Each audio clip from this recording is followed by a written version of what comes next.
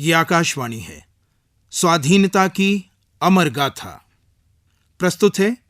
देश की स्वाधीनता के लिए किए गए त्याग, बलिदान और संघर्ष की अनगिनत सुनी अनसुनी कहानियों पर केंद्रित हमारा ये विशेष धारावाहिक स्वाधीनता की अमर गाथा। लेखक हैं डॉक्टर हरिकृष्ण देवसरे और निर्देशक वीरेन मुंशी। आज सुनते हैं इस धारावाहिक की छठी कड़ी।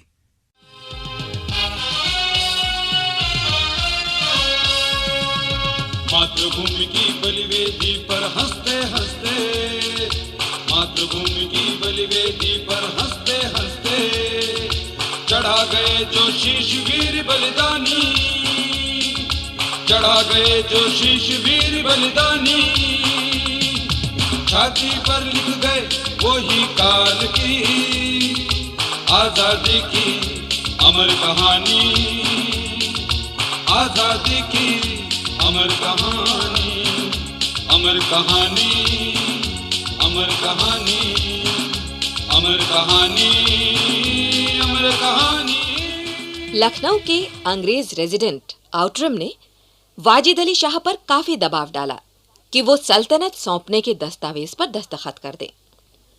उसने वाजिद अली शाह को इसके लिए बहुत समझाया, रिश्वत देने की भी कोशिश की और धमकाया भी, लेकिन वाजिद अली शाह सल्तनत सौंपने के लिए राजी न हुए। और तब ईस्ट इंडिया कंपनी ने अपनी तमाम संधियों को खाक में मिलाकर अपना असली चेहरा दिखाया। कंपनी की एक बड़ी फौज ने लखनऊ में प्रवेश किया।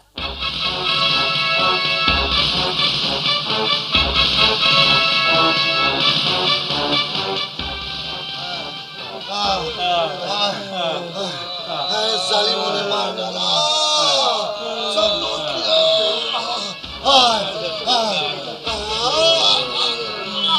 अरे फिरंगी जालिम,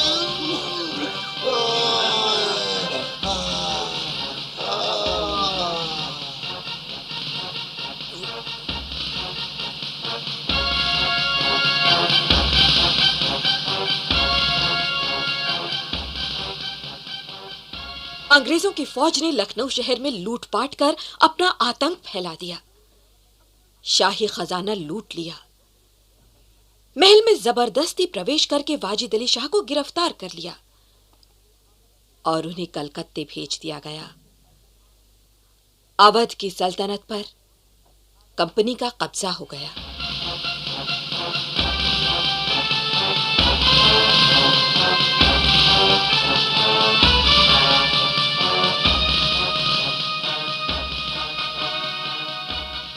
अवध में कंपनी की सत्ता जमते ही जमींदारों के साथ घोर अन्याय किया गया। अंग्रेज इतिहासकार सर जॉन के लिखता है, अवध के पुराने और अधिकांश बड़े बड़े जमींदार हिंदू थे। उनके साथ बर्बरतापूर्ण अन्याय किया गया। उनकी जमींदारी छीन ली गई और उन्हें दर दर भटकने के लिए मजबूर कर दिया गया। इतिहास गवाह है कि अवध के हजारों गांवों के लाखों किसान नवाब वाजिद अली शाह और उसके कुटुंबियों की विपत्ति का हाल सुनकर रो पड़ते थे। हजारों गांव के लोग अपने बेघर हुए जमींदारों और ताल्लुकेदारों से मिलकर उनके प्रति सहानुभूति प्रकट करते थे। इस तरह अवध के निवासियों के साथ लॉर्ड डलहौजी के अत्याचारों ने सारे अवध और कंपनी की हिंदुस्तानी फौज के अंदर गहरे असंतोष के बीज बो दिए थे।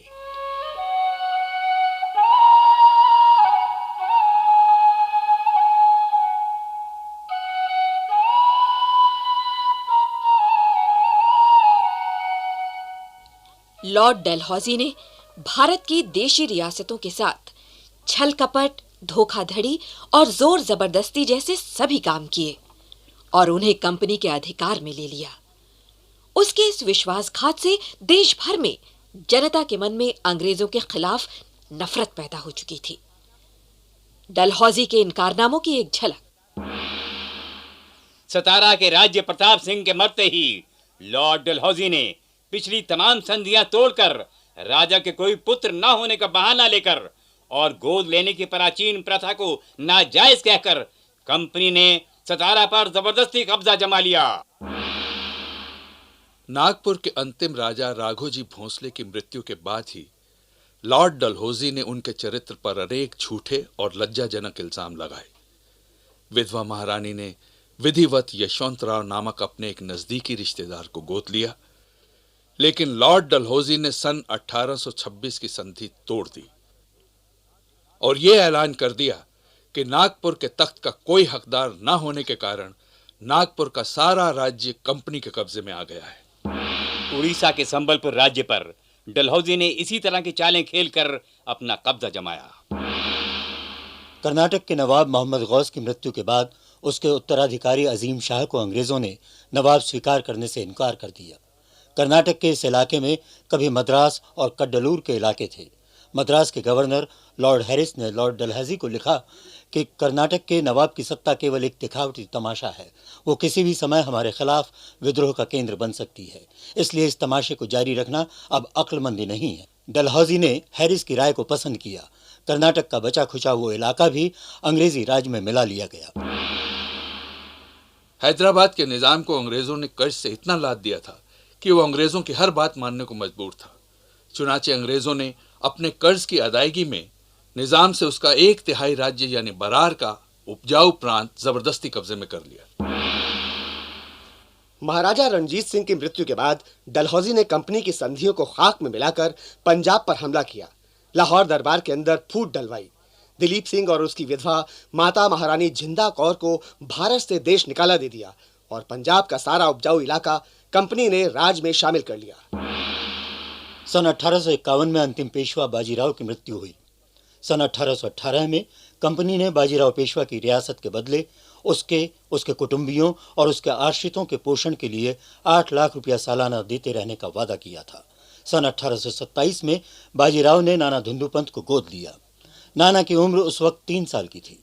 कानपुर के पास बेठुर में पेशवा के साथ उस समय 8000 पुरुष, स्त्री और बच्चे रहा करते थे। इन सब का पोषण पेंशन के 8 लाख रुपयों से होता था, किंतु बाजीराव की मृत्यु होते ही डलहौजी ने यह पेंशन बंद कर दी। पेंशन का जो 62,000 रुपया बकाया था उसे भी देने से इनकार कर दिया। यह भी धमकी दी कि बेठुर की जागीर भी जब चाहे तुमसे छीन ली जाएगी। नाना ने पेंशन बहाल करने के लिए लंदन तक अपील की, पर कोई सुनवाई न हुई। सन 1817 में कंपनी ने झांसी के राजा रामचंद्र राव के साथ दोस्ती की संधि की थी। उसमें वादा किया गया था कि झांसी का पूरा राज सदा के लिए राजा रामचंद्र राव, उसके उत्तराधिकारियों और वंशजों के कब्जे में रहेगा। 21 नवंबर 1853 को झांसी के राजा गंगाधर राव की मृत्यु हुई। मृत्यु से पहले गंगाधर राव ने अंग्रेज अफसर की मौजूदगी में दामोदर राव नाम के एक बालक को गोद लिया था। दामोदर राव गंगाधर राव के कुल का नजदीकी रिश्तेदार था, लेकिन गंगाधर राव की मृत्यु के बाद 27 फरवरी 1854 को डलहौजी ने फैसला दिया कि दत्तक पुत्र को राज करने का कोई हक नहीं है। 13 मार्च 1854 को एक ऐलान के जरिए झांसी की रियासत जबरदस्ती कंपनी के राज में मिला ली गई। उस वक्त गंगाधर राव की रानी लक्ष्मीबाई ने इसका प्रबल विरोध किया, पर अंग्रेजों ने एक ना सुनी।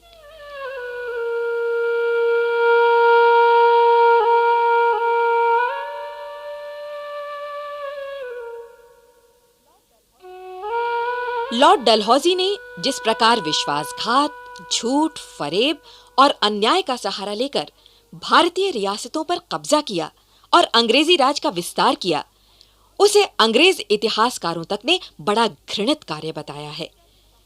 लेकिन लंदन में बैठे कंपनी के हुक्मरानों ने डलहौजी की तारीफ की और उसकी पीठ ठोकी।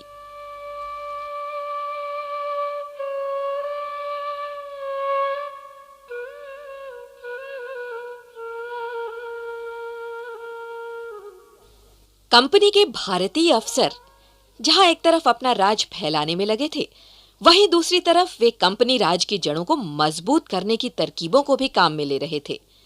एक इतिहासकार लिखता है, अंग्रेज इस बात को समझते थे कि किसी जाति को देर तक पराधीन रखने के लिए ये जरूरी है कि उसमें किसी तरह का राष्ट्रीय अभिमान न आने दो और न ही उसे अपनी श्रेष्ठता या प्राचीन गौरव की बात याद आने दो।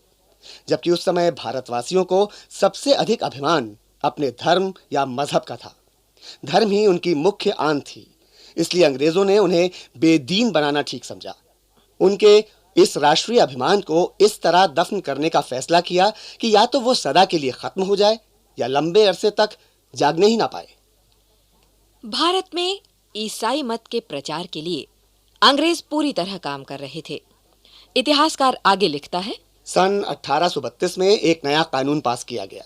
इस कानून का मतलब ये था कि जो भारतवासी ईसाई हो जाएंगे, सिर्फ उन्हें ही अपनी पैतृक संपत्ति पर अपना अधिकार मिलेगा। अंग्रेजी राज की स्थापना के साथ साथ हजारों प्राचीन मंदिरों और मस्जिदों से जुड़ी जागीरें छिन गईं। यहाँ तक कि कैदियों के लिए भी जेलखाने में अपने धर्म का पालन करना असंभव कर दिया गया। दफ्तरों के अंदर अनेक अंग्रेज अफसर अपने भारतीय मातहतों पर ईसाई बनने के लिए जोर देने लगे थे। भारतीय फौजों के सिपाहियों से अंग्रेज अफसर खुले तौर पर धर्म परिवर्तन के लिए जोर देने लगे। ईस्ट इंडिया कंपनी के अध्यक्ष मिस्टर मैंगल्स ने हाउस ऑफ कॉमन्स में बयान दिया, परमात्मा ने हिंदुस्तान का विशाल साम्राज्य इंग्लिस्तान को सौंपा है, इसलिए कि हिंदुस्तान के एक सिरे से दूसरे सिरे तक ईसा मसीह की विजय का डंका फहराने लगे। हम में से हर एक को अपनी पूरी शक्ति इस काम में लगा देनी चाहिए, ताकि सारे भारत को ईसाई बना लेने के महान काम में देश भर में कहीं पर किसी कारण जरा सी भी ढील न आने पाए। उसी समय एक और अंग्रेज विद्वान रेवरेंड कैनेडी ने लिखा, हम पर कितनी ही मुसीबतें क्यों ना आए, जब तक हिंदुस्तान में हमारा साम्राज्य कायम है, तब तक हमें यह नहीं भूलना चाहिए कि हमारा असली काम हिंदुस्तान में ईसाई मत को फैलाना है। जब तक कन्याकुमारी से लेकर हिमालय तक सारा हिंदुस्तान ईसाई धर्म को ग्रहण न कर ले और हिंदू मुसलमान दोनों अपने अपने धर्मों की निंदा न करने लगें, तब तक हमें लगातार कोशिश करनी चाहिए। इस काम के लिए हम जितनी भी कोशिश कर सकें हमें करनी चाहिए, और हमारे हाथों में जितने अधिकार और जितनी सत्ता है उसका इसी के लिए उपयोग करना चाहिए। उधर सन 1849 में पंजाब पर कंपनी का कब्जा हुआ। इसके बाद पंजाब को एक आदर्श ईसाई प्रांत बनाने की खास कोशिशें की गईं। Sir Henry Lawrence, sir Robert Montgomery, Donald McLeod आदि अनेक प्रसिद्ध अंग्रेज प्रशासक इसी राय के थे। वे सरकारी स्कूलों में ईसाई मत की शिक्षा देने के पक्ष में थे। सरकार हिंदू और मुस्लिम धर्म को किसी तरह की कोई मदद देने के पक्ष में न थी। किसी सरकारी महकमे में हिंदू या मुसलमान त्योहार की छुट्टी न देने के पक्ष में थी। अदालतों में हिंदू या मुस्लिम धर्मशास्त्रों को और धार्मिक रिवाजों को कोई महत्व न दिया जाता। यह भी आदेश दिया गया कि हिंदुओं और मुसलमानों के धार्मिक कीर्तन आदि बंद कर दिए जाएं।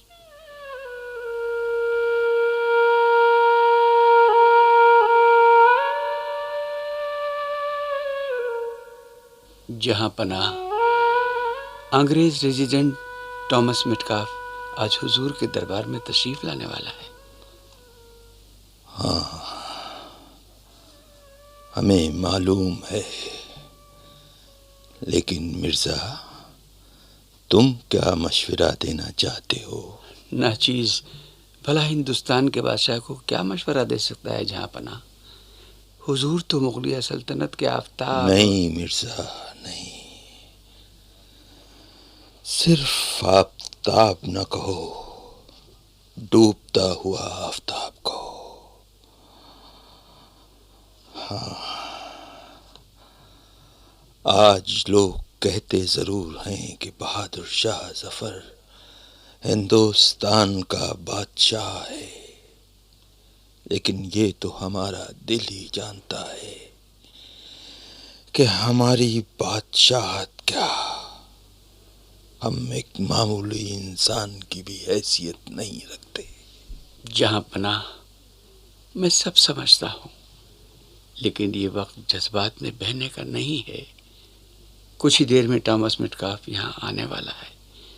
आप उससे जो भी कहना चाहें ज़रूर कहें, लेकिन उसको वो ख़त भी दीजिए जो आपने मिर्ज़ा जमा बख्त को जानशीन बनाने के लिए लिखा है।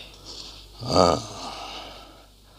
हमारे 9 बेटों में वही सबसे समझदार, होनहार और होशियार है। यूं तुम्हें तो पता है कि वो बेगम जीनत महल का बेटा है, इसीलिए वो खत भेजने से पहले उन्हें दिखाना जरूरी समझा था। जहां पना, ये सही मौका है। आप अपना खत और वो कागज भी मेटकाफ को साथ में दे दें, जिसमें बाकी 8 बेटों के दस्तखत हैं और ये लिखा है कि जवां बख्त को जानशीन बनाए जाने में खुश हैं और यही चाहते हैं। हाँ मिर्जा अफजल, ठीक है। वो खत मीर मुंशी से मंगवा लो ताकि उस पर दस्तखत कर दें। जो हुक्म अलीजा।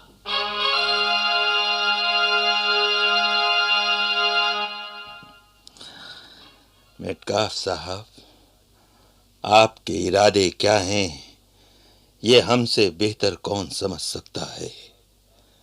हिंदुस्तान का बादशाह कहलाने वाला बहादुर शाह जफर आज अपना जानशीन भी नहीं बना सकता। नहीं नहीं नहीं जापना, कंपनी की नजरों में आपके लिए बहुत इज्जत है।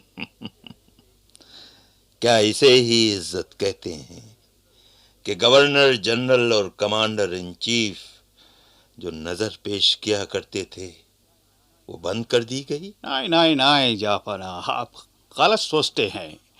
कंपनी ने सोचा कि आपके पास तो शाही खजाना है, मामूली सी नजर की रकम देना तो आपका तौहीन करना है। अच्छा, चलिए इस इज्जत अफजाई का शुक्रिया, लेकिन क्या आप बताएंगे मिस्टर मेटकाफ कि पहले गवर्नर जनरल की मोहर में जो लिखा जाता था बादशाह का फिदविये खास, बादशाह का खास नौकर, वो लिखना क्यों बंद कर दिया गया? अब उसका जरूरत नहीं रहा शहंशाह। सब जानता है कि गवर्नर जनरल जो कुछ भी करता है वो अपने मालिक बादशाह की मर्जी से करता है। झूठ, एकदम झूठ। आराम से बात कीजिएगा शहंशाह, आपका बुढ़ापा काफी बढ़ चुका है, आपको तो आराम करना चाहिए। देखिए मिस्टर मेटकाफ, आप मेरे घावों पर सिर्फ मरहम लगा रहे हैं, लेकिन ये जख्म यूं ठीक होने वाले नहीं। मुझे उम्मीद है कि आप वही करेंगे जिससे मेरे जख्म ठीक हो जाएं। बेशक शहंशाह। तो जनाब मेटकाफ, जी आलमपना, हमने फैसला किया है कि हम अपना जानशीन जवां बख्त को बनाएं। कंपनी के साथ हुए शर्तनामे की नजर आप मुझे इसकी मंजूरी भिजवा दें। ये रहा मेरा खत और मेरे 8 बेटों की रजामंदी कि जवां बख्त को ही जानशीन बनाएं। मेरे बाद दिल्ली के तख्त पर वही बैठेगा। बड़ी गलतफहमी में हो बहादुर शाह। तब तक न ताज रहेगा न तख्त, दिल्ली पर कंपनी की हुकूमत होगी। पड़ गए ना सोच में? क्या सोच रहे हैं? जी, नहीं कुछ नहीं। हाँ, याद आया। यही सोच रहा हूँ कि दिल्ली की सल्तनत का वारिस तो जवां बख्त को ही होना चाहिए। मैं आपका खत ले जा रहा हूँ और गवर्नर जनरल से सिफारिश करूंगा कि वो आपका बात मान लें।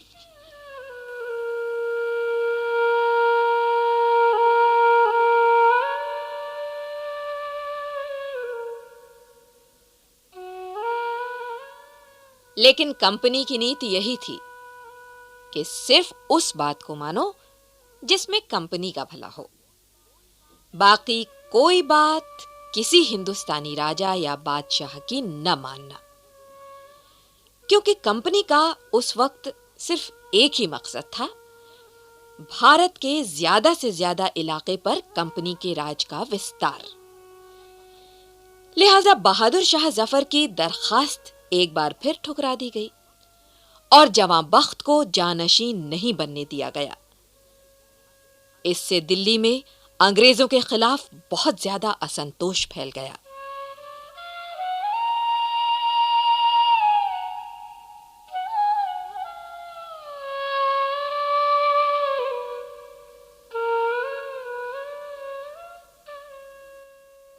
जहां पना। नहीं मिर्जा अफजल, मत कहो हमें जहां पनाह। जो बादशाह खुद किसी और की पनाह का मोहताज हो, उसे जहां पनाह कहलाने का कोई हक नहीं। लेकिन हुजूर, आप ऐसा ना सोचिए। अगर आपने ही हौसला छोड़ दिया तो मुल्क के उन लाखों करोड़ों लोगों का क्या होगा जो आपकी तरफ उम्मीद से देख रहे हैं। उम्मीद?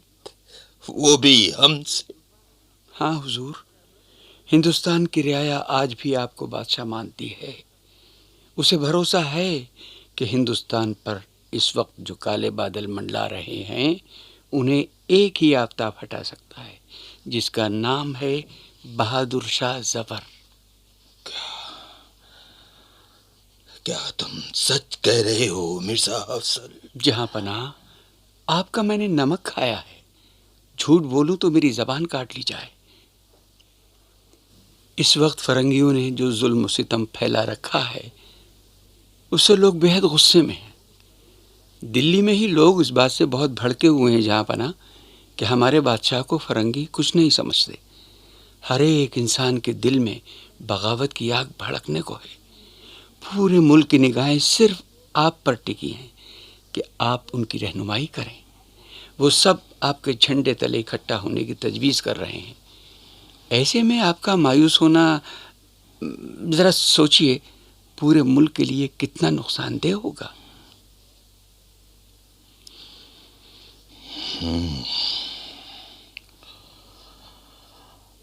मिर्जा अफजल बेग। जी अलीजा।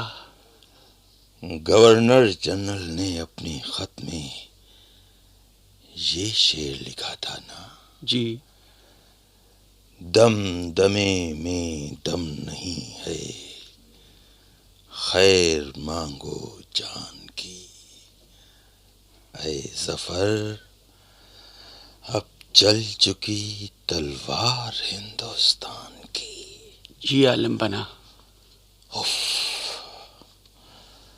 इतना गुरूर, इतना नशा।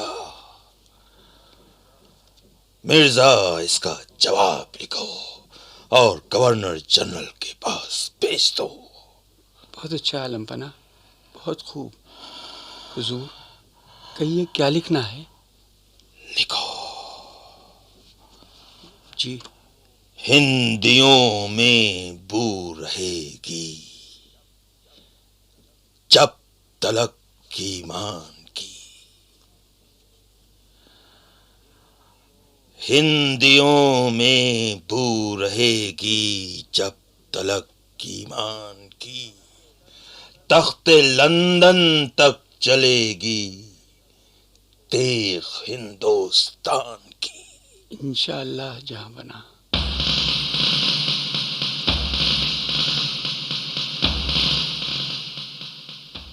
भारत में बढ़ते अंग्रेजी राज, अंग्रेजों के अत्याचार और अन्याय के खिलाफ हिंदुस्तान की जनता के दिल में विद्रोह की आग सुलगने लगी थी। अंग्रेजों के खिलाफ देश भर में फैलने वाली क्रांति की चिंगारी के लिए अंग्रेज खुद दोषी थे। इतिहासकारों ने इस क्रांति के 5 कारण बताए हैं। दिल्ली के बादशाह के साथ अंग्रेजों की लगातार बदसलूकी, अवध के नवाब के साथ अत्याचार और प्रजा के ऊपर जुल्मों का सिलसिला जारी रहना, डलहौजी की अपहरण नीति, पेशवा बाजीराव के दत्तक पुत्र नाना साहब के साथ कंपनी का अन्याय, भारतवासियों को जबरदस्ती ईसाई बनाने की कोशिशें। अंग्रेजों के जुल्मों और अन्याय के कारण हिंदुस्तान की जनता में नफरत का जो जज्बा उभरा, उसे स्वयं अंग्रेज इतिहासकारों ने भी स्वीकार किया है। इतिहास लेखक लडलो लिखता है, निस्संदेह इस तरह के हालात में जिन नरेशों की रियासतें अंग्रेजी राज में मिला ली गई, उनके पक्ष में अगर अंग्रेजों के खिलाफ भारतवासियों के भाव न भड़कते तो उन्हें इंसानियत से गिरा हुआ कहा जाता। शायद एक भी स्त्री या पुरुष ऐसा न होगा जिसे रियासतों के अपहरण ने हमारा शत्रु न बना दिया हो। एक भी बच्चा ऐसा न होगा जिसे हमारे इन कामों के कारण फिरंगी राज के खिलाफ शुरू से ही शिक्षा न दी जाती हो। Causes of the Indian revolt का अंग्रेज संपादक Malcolm Lewin Madras supreme court का जज और मद्रास काउंसिल का सदस्य रह चुका था। मैल्कम लुइन ने 18 अगस्त 1857 को संपादकीय नोट में जो कुछ लिखा है वो भारत में अंग्रेजी राज के जुल्मों का एक खौफनाक दस्तावेज है। समाज के सदस्य की हैसियत से हम दोनों यानी अंग्रेज और हिंदुस्तानी एक दूसरे से अनभिज्ञ हैं। हमारा एक दूसरे से वही संबंध रहा है जो मालिकों और गुलामों में होता है। अपनी लूट खसोट से हमने इस मुल्क को बर्बाद कर दिया है। लोगों में जुल्म बरसाकर उनसे मालगुजारी वसूल की है। संसार के सबसे प्राचीन उच्च कुलों को हमने धूल में मिला दिया है।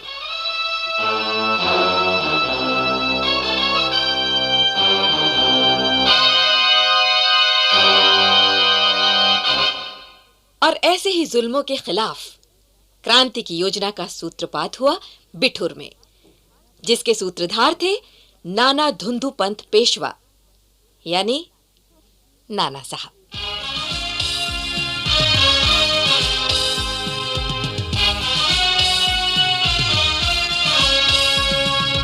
मातृभूमि की बलिवेदी पर हंसते हंसते, मातृभूमि की बलिवेदी पर हंसते हंसते चढ़ा गए जो शीश वीर बलिदानी, चढ़ा गए जो शीश वीर बलिदानी।